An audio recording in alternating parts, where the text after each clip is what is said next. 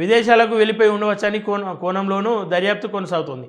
ఈ అనుమానాలకు బలాన్నిచ్చే ఉమ్మడి కరీంనగర్ జిల్లా జగిత్యాల మండలం బీర్పూర్కు చెందిన బల్మూరి నారాయణరావు కేసును నిఘా వర్గాలు ప్రస్తావించాయి. 1980లో పీపుల్స్ వార్లో చేరిన ఆయన దీర్ఘకాలంగా ఉద్యమానికి దూరంగా ఉండి సాధారణ జీవితం గడుపుతున్నట్లు రాష్ట్ర నిఘా వర్గాలు విచారణలో తేలింది.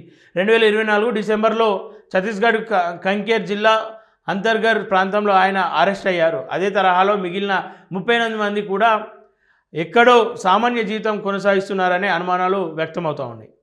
ఇక నేటికి క్రియాశీలకంగా 17 మంది గణపతి, దేవుజీ, సంగ్రామం, పసునూరి నరసింహ, బడే చొక్కారావు, ముప్పిడి సాంబయ్య, వార్తా శేఖర్, జోడే రత్నబాబు, నక్క సుశీల, లోకేటి చందర్రావు, జాడి పుష్ప, రంగబోయిన భాగ్య, బడిషా ఉంగ, మడ్వి